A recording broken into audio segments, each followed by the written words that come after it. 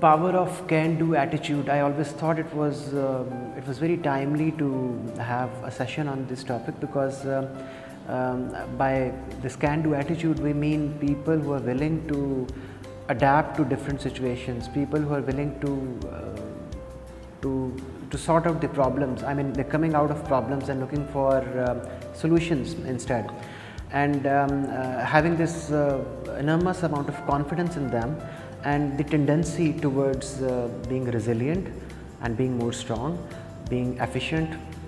Therefore, I believe that this was very timely for having a session on. And for this, I use this technique of storytelling because of several reasons. The storytelling technique is absolutely remarkable. It could do wonders when it comes to judging the impact of the whole talk or the training session, and especially in creating that connectivity among the audience, and between the audience and the story, and most importantly between the audience and the storyteller. It hits the right side of the brain, the part of the brain which is very receptive to ideas, creative imagery and visualization, and the so-called empathy hormone is created, which makes storytelling a very powerful technique. Instead of being the outcome, it serves as a very strong process to achieve that outcome.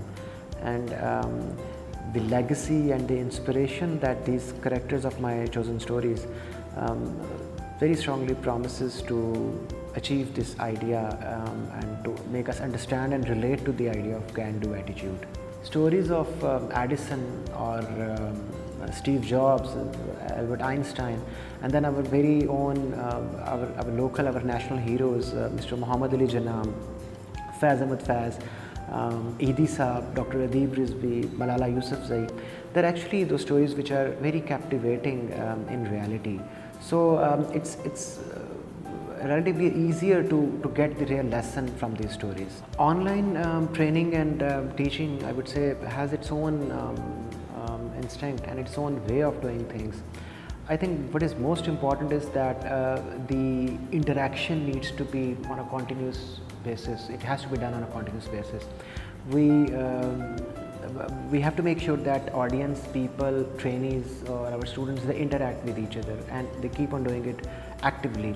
I did it with several activities which are very helpful. Stretching is very important, for instance, because people get tired and a little bored as well.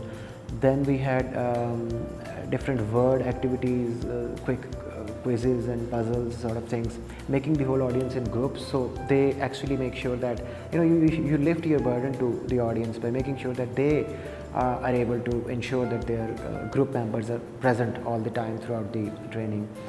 And then videos, I guess, very important, not for the sake of just adding them, but there has to be a very strong relationship with the message that stories in the videos are giving with the topic of the training. So I use Jack Ma's and the founder of the Panasonic company, Matsushita, if I'm correct, which was again very powerful videos, and they were helpful, and the audience was supportive, I say.